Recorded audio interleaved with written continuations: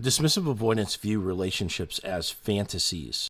For someone that was emotionally neglected in their childhood, true love almost seems like something out of a dream.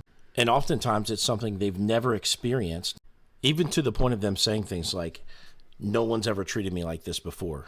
So when you watch their behavior that doesn't make any sense, like why they're so firm on breaking up with you and then all of a sudden they're stalking your social media after the breakup, you have to understand that on some level they are idealizing you and kind of like wishing that they could.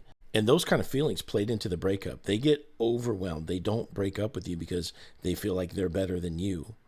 They break up with you because they don't think that they're good enough for you.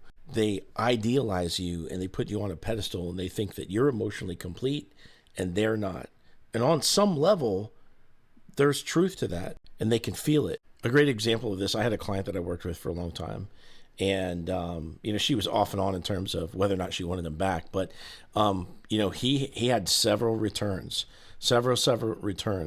And many of them, he had a chance to meet up with her in person, but he never would. What he was really interested in was liking and watching every single post that she ever made, even when, at times where it was proven that he didn't have somebody, like when he was single, okay? He wasn't just like holding back because he had somebody else.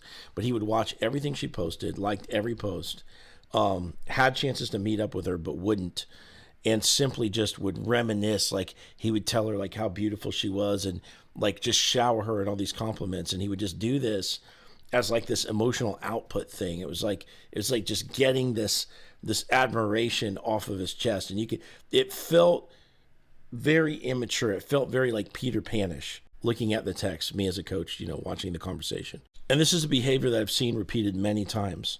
It's hard for someone to understand how somebody could dump you when they feel that they're not good enough.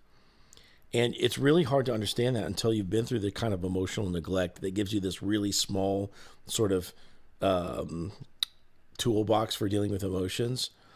And until you've felt complete overwhelm emotionally and the kind of low self-esteem that only comes from not really ever being told that somebody loves you, etc., you're going to have a hard time understanding.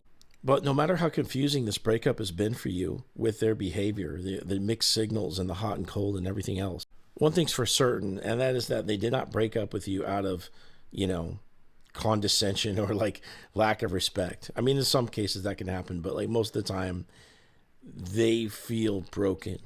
And that is what you're dealing with. And they look at you as the one that got away or the one that they just couldn't keep or the one they just couldn't do enough for. And that's sad to them. So this also explains why dismissive avoidants routinely break up with people between month 3, 4, 5, and 6 of being together. It's right at the end of the first phase of the honeymoon phase or right at the very end of the honeymoon phase, which happens at like 6 months. So when that body chemistry drops down, that fantasy, it's harder for them to keep up with. Now all of a sudden the relationship's real.